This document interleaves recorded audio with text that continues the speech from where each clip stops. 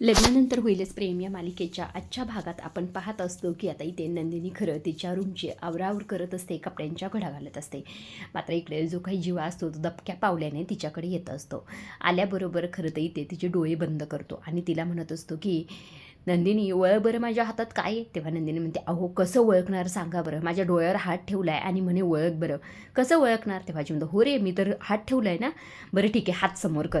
तेव्हा नंदिनी म्हणते माझ्या हातात कपडे येतं. तेव्हा जी म्हणते अरे खाली ठेव मग, खरंच माझी बायको खूप भोळी आहे असं म्हणून आता नंदिनी कपडे खाली ठेवते आणि हात पुढे करते. तेव्हा इथे जीवा तिच्या हातात ते घुंगरू ठेवतो. आता घुंगरू ठेवल्या जेव्हा तिच्या डोळ्यावरचा हात काढतो तेव्हा इथे नंदिनीला घुंगरू पाहता क्षणी खरं आश्चर्याचा धक्का बसलेला असतो. ती म्हणत असते तुम्ही घुंगरू घेऊन सुद्धा आलात अचानक एवढ्या, असं इथे म्हटल्याबरोबर जीवा म्हणत असतो झालं का, म्हणजे मी सरप्राईज तुला द्यायचं होतं, तुला सरप्राईज होण्याआधी तू शॉक झालीस. मला वाटलंच होतं तुला की या घरात कथ्थक करणारे घुंगरू नाही तर क्रिकेट खेळणारे मळकट बूटच यायला, बरोबर ना. असं इथे म्हटल्याबरोबर नंदिनीमध्ये एकदम चूक हो, मला शॉक नाही बसला, मला आश्चर्याचा धक्का बसला, हे कुठून आणलं तुम्ही आणि इतक्या लवकर घेऊन आलात. असं इथे म्हटल्याबरोबर जीवा म्हणतो ते काय झालं ना, मी आईसाठी मेडिकलमध्ये गेलतो आणि त्याच्यावरच्याच फ्लोअरला एक डान्स क्लास होता आणि त्या क्लासमधून घुंगराचा आवाज येत होता आणि मग मी स्वतःला रोखूच शकलो नाही. असं इथे म्हटल्याबरोबर नंदिनी म्हणत असते काय जीवा, म्हणजे तुम्ही तिथे जाऊन घुंगरू विकत घेऊन आलात. अहो जीवा खरं तर असे विकत घुंगरू आणायचे नसतात, ते गुरुनीच दिले पाहिजे. असं इथे म्हटल्याबरोबर जीवा म्हणतात झालं का तुझं सगळं काही म्हणणं, अरे मी विकत आणलंय असं कधी म्हटलं, आता माझी बायकोच म्हणून एवढी ओव्हर थिंकिंग करायची गरजच नाही. तेव्हा जेव्हा नंदिनी म्हणते बस करा आता तुमचे हे नाटकं सर्व काही, पटकन सांगा काय काय केलं तुम्ही आणि कशा प्रकारे हे घुंगरू आणले. तेव्हा इथे जीवा म्हणत असतो मी असं चालत वरती गेलो आणि वरती जाऊन बघतोय काय, अरे छोट्या छोट्या पोरी अशा छान कथ्थक करत होत्या आणि मी त्यांच्याकडे अक्षरशः बघतच बसलो, पण मात्र त्या कथ्थक शिकवणाऱ्या बाईचं माझ्याकडे लक्ष गेलं. तेव्हा नंदिनी म्हणते हो का, बरं झालं लक्ष गेलं, तुम्हाला चांगले फटके दिले पाहिजेत. तेव्हा जीवा म्हणतो अरे फटके वगैरे नाही रे, त्या बाई माझ्याकडे आले आणि मला काय म्हटल्या माहिती आहे का, तुमच्या मुलीचं ॲडमिशन करण्यासाठी आलात का. असं इथे म्हटल्याबरोबर नंदिनी म्हणते आता बस करा, मला ह्या पुढची स्टोरी अजिबातच तुमच्याकडनं ऐकायची नाही. तेव्हा जीवा म्हणतो अरे ऐक ना नंदिनी, 2 मिनटं ऐक फक्त, माझं ऐकून तर घे. तेव्हा नंदिनी म्हणते हो ठीक आहे ऐकते, पण आवा कसावा उगाच सांगत बसायचं नाही, जे झालेलं आहे ते सांगायचं. तेव्हा जीवा म्हणतो तुला काय वाटतं मी फेकतोय का. तेव्हा नंदिनी म्हणते हे सांगायची गरज आहे का, तुम्ही फेकतच असता. तेव्हा जीवा मुद्दाम म्हणतो मी आता तर सांगणारच नाही. तेव्हा नंदिनी म्हणते अहो सांगा, बस झालं नाटकं करू नका उगाच. असं इथे म्हटल्याबरोबर जीवा तिला खुर्चीवर बसवतो आणि म्हणतो चल इथं मी सांगतो. असं म्हणून आता जीवा ती स्टोरी सांगायला सुरुवात. त्या बाई मला म्हटल्या की तुमची मुलगी म्हणजे तुम्ही ॲडमिशन करायला आलात का. तेव्हा मी म्हटलं हो. तेव्हा नंदिनी म्हणते अहो जीवा. तेव्हा जीवा म्हणतो अरे ऐक तरी पुढचं. तेव्हा जीवा म्हणतो मी त्यांना म्हटलो, मग त्या मला म्हटल्या की किती वर्षाची. तेव्हा मी त्यांना म्हटलो की नाही म्हणजे मला आणखी मुलगी झालीच नाही, म्हणजे माझी बायको आणखी प्रेग्नेंटच नाही. असं इथे म्हटल्यावर अरे सगळा क्लास शांतच झाला, सगळेच माझ्याकडे बघायला लागले. तेव्हा नंदिनी म्हणते मग पुढे काय केलं तुम्ही. तेव्हा जीवा म्हणत असतो मी काय केलं, त्या बाईकडे गेलो आणि त्यांना रिक्वेस्ट केली, त्यांच्यापुढे हात जोडले की प्रॉमिस करतो मी तुम्हाला, मला जेव्हा केव्हा मुलगी होईल तेव्हा मी तुमच्याकडेच कथक करण्यासाठी तिला घेऊन येईल.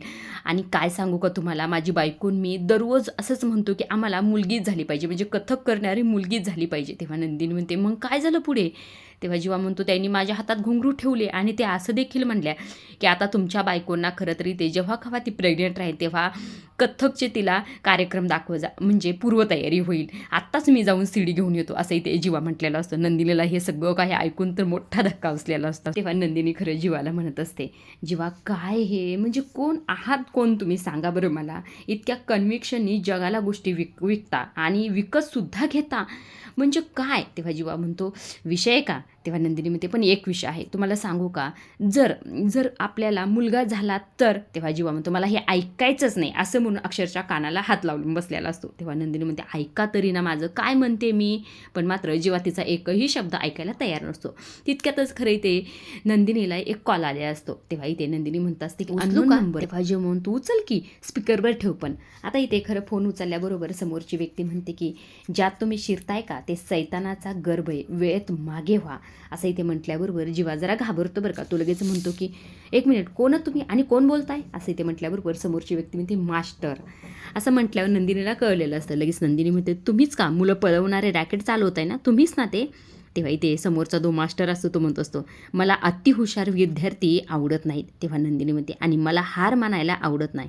हे बघा मास्टर, तुम्ही जे कुणी असाल आय डोंट केअर, पण मी नयनाच्या मुलाला शोधूनच दाखवणार, म्हणजे वेदांतला मी शोधूनच काढणार, कारण नंदिनी बोलून नाही तर करून दाखवते. आता इथे तो माणूस बाकी काही बोलत नाही, त्याने नंदिनी असं नाव खाली टाकलेलं असतं आणि त्याच्यावर क्रॉस मार्क करतो आणि म्हणतो असं नंदिनी का असं म्हणून फोन कट करून टाकतो. आता जीवा इथे मोबाईल घेतो, परत फोन करत असतो, मात्र तो फोन आता इथे बंद असतो. तेव्हा नंदिनी म्हणते बंदच असेल, कारण जो कुणी आहे तो माणूस स्वतः भित्रा आहे. पण जेव्हा तुम्हाला एक गोष्ट कळती का, म्हणजे ह्या मास्टरनी फोन करून एक गोष्ट आज सिद्ध केली. कोणती गोष्ट? तेव्हा नंदिनी म्हणते की ती जी काही अत्तरवाली बाई आहे का ती फक्त प्यादा, ह्या सगळ्याचा मास्टर माइंड हा मास्टर आहे, असंही ते नंदिनीच्या बरोबर लक्षात आलेलं असतं.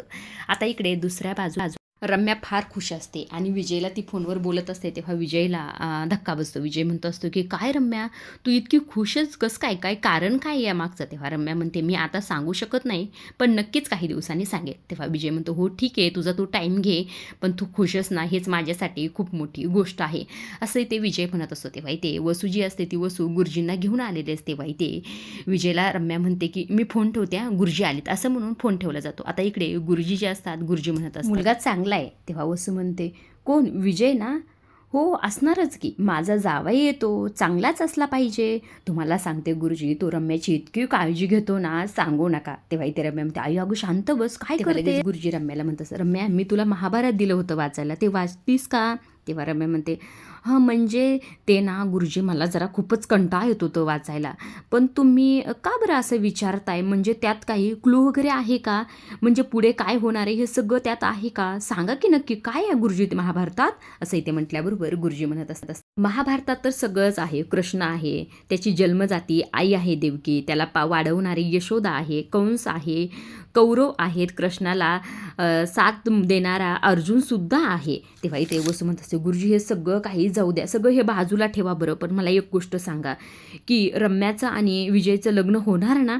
तेव्हा इथे रम्या म्हणते आई अगो काय करतेस गुरुजी, हे सगळं काही बाजूला राहू द्या, मला फक्त हे सांगा की माझं आणि पारचं लग्न होणार ना? तेव्हा गुरुजी म्हणतात तथास्तु, असं इथे म्हटल्याबरोबर रम्या म्हणते म्हणजे नेमकं तुम्ही तथास्तु कुणाला म्हटलात, म्हणजे आईला म्हटलात का मला म्हटलात? मात्र गुरुजी एकही शब्द बोलत नाही. बरं ठीक आहे गुरुजी, मला एक सांगा की काव्याला बाळ होणार ना? तेव्हा इथे काव्या म्हणते हो हो हो तेच, काव्याच्या हातात तुम्हाला बाळ दिसतंय ना? तेव्हा गुरुजी म्हणतात हो मला काव्याच्या हातात बाळ दिसतंय. तेव्हा इथे रम्याला टेन्शन आलेलं असतं. आता गुरुजी काही न बोलता तिथून निघून गेलेले असतात. इथे आता रम्या म्हणत असते की म्हणजे काव्याच्या हातात तुम्हाला बाळसुद्धा दिसतंय आणि माझं आणि पारचं लग्नसुद्धा दिसतंय, म्हणजे ह्या सगळ्या गोष्टी कशा होऊ शकतात? ह्याच गोंधळात ह्या दोघी आता अडकलेल्या. तिथून निघून जाते रागात. तेव्हा वसू म्हणते जाऊ दे ह्या सगळ्या काही गोष्टीत, पण गुरुजी काय म्हणले, मुलगा चांगला, हेच माझ्यासाठी चांगलं आहे.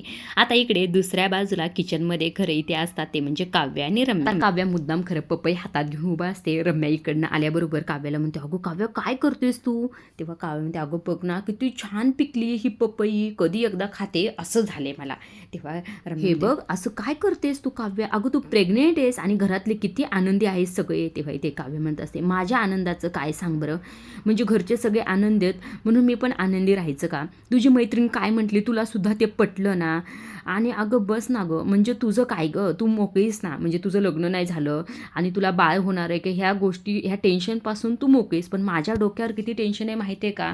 आणि या घरात खरं मला अजिबातच कोणी समजून घेत नाही, तूच आहेस तेवढी मला समजून घेतेस, असंही ते म्हटलेले असते. आणि इकडे रम्या मात्र गालातली गालात हसत असते काव्याची ही मजा बघून. तिला कुठे माहिती आहे की काव्य तिची मजा घेते म्हणून. आता इथे काव्या पुढे म्हणते रम्या माझी मदत करशील का गं? तेव्हा रम्या म्हणते काय मदत करायची? तेव्हा काव्य म्हणते आता ते कसं सांगावं ना मला हेच कळत नाही. आता इथे खरं काव्या तिला पाठ करून उभा असते आणि रम्या तिच्या मागे असते. तेव्हा इथे काव्य म्हणत असते उद्या माझ्याबरोबर हॉस्पिटलला येशील का? असं म्हटल्यावर तर इकडे रम्याला इथे आनंद झालेला असतो, म्हणजे तिचा आनंद गगनात मावत नसतो, इतक्या उड्या मारत असते. तेव्हा इथे खरं जी काही काव्य असते ती म्हणत असते आता बस झालं गं, मला आता ह्या बाळापासून सुटका हवी, म्हणजे ह्या बाळापासून मला सुटकाच हवी, म्हणजे IAS होईपर्यंत, माझं करिअर होईपर्यंत, तरी नंतर घेईल ना मी चान्स, असं ते म्हटलेले असते. तेव्हा इकडे रम्याला फार आनंद झाला. येशील का गं माझ्याबरोबर? असे ते काव्य तिला मागे येऊन म्हणते परत. तेव्हा इथे रम्या म्हणते हो येईल की गं, मी येईल तुझ्यासोबत. तेव्हा इथे काव्य तिला थँक्यू सो मच, किती गोडच गं तू, असे ते खरं नाटकं करत असते. तेव्हा रम्या म्हणते हो अगं येईल मी. तेव्हा काव्या म्हणते पण ना तू घरच्यांना हे काहीही सांगू नको. तेव्हा रम्या म्हणते नाही सांगत अगं मी कशाला सांगू घरच्यांना, नाही तू काळजी करूच नकोस असं इथे म्हटल्याबरोबर आता इथे काव्या तिला मुद्दाम मिठी मारते.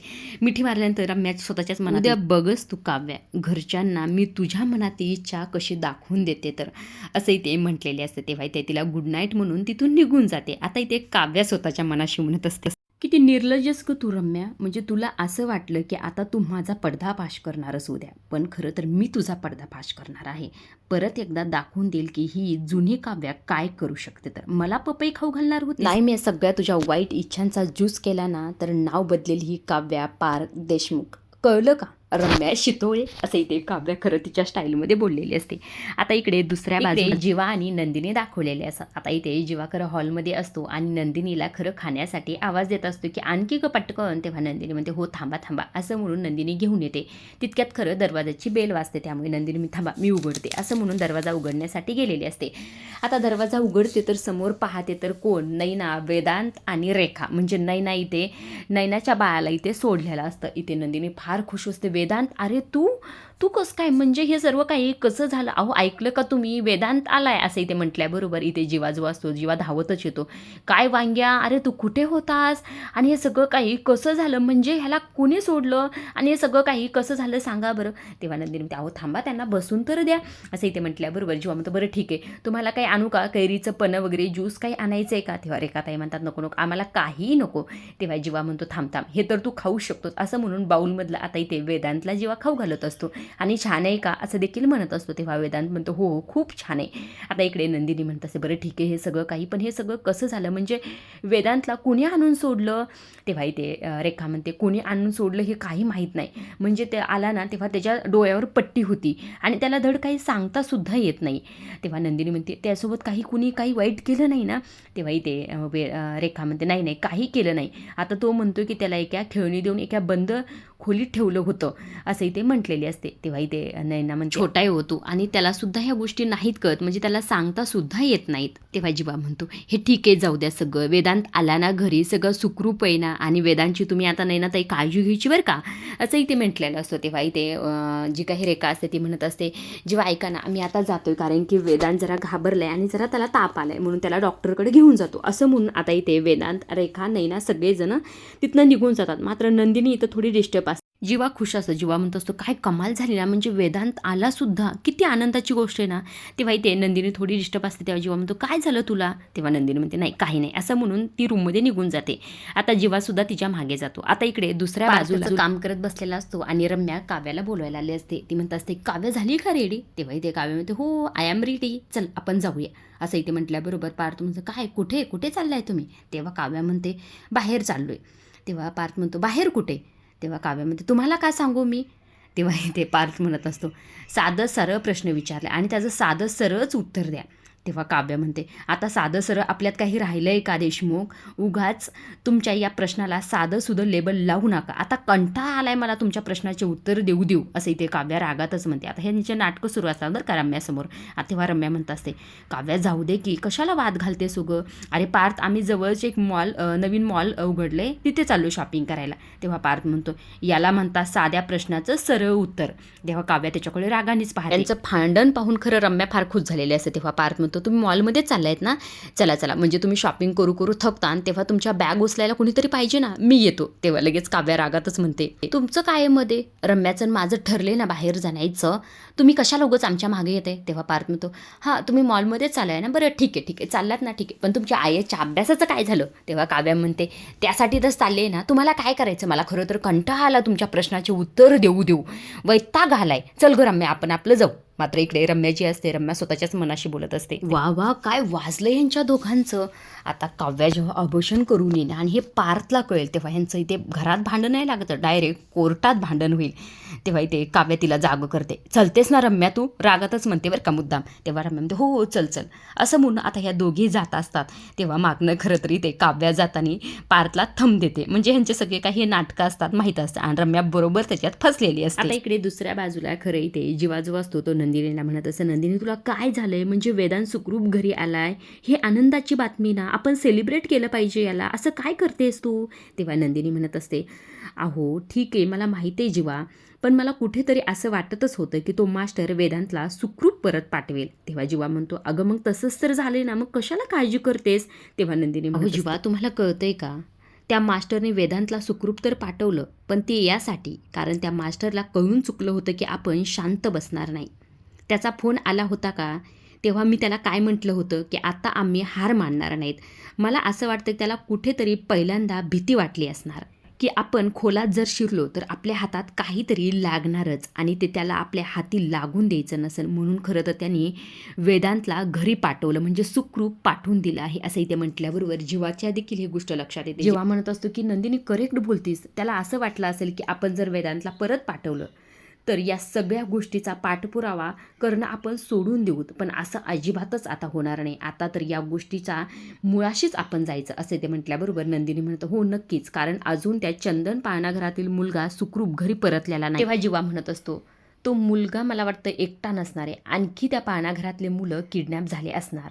तेव्हा ते नंदिनी म्हणते, हो असं असू शकतं, पण ही सर्व गोष्टी फार डेंजर आहे, म्हणजे एकट्याने करण्यासारख्या नाहीत, आपण पोलिसांची मदत घेतली पाहिजे. तेव्हा जीवा म्हणतो, अविनाश जाधव, सिटी कॉलेज 2012 असे ते म्हटल्याबरोबर नंदिनी म्हणते, हे कोण आहे आता. तेव्हा जीवा म्हणतो, अरे माझा मित्र आहे, PSI आहे आणि तो आणि मी एकाच कॉलेजमध्ये होतो. तेव्हा नंदिनी म्हणते, हो हो मला कळलं ते. तेव्हा ते जीवा म्हणत असतो, आणि अविनाशची सध्याची पोस्टिंग गोरेगाव या क्राईम ब्रँचला आहे, त्यामुळे खरं तर आपण ही केस त्याला नक्कीच सांगू शकतो, तो नक्कीच आपली मदत करेल असंही ते जीवाने म्हटल्यानंतर जीवा लगेच नंदिनीकडे पाहत असतो.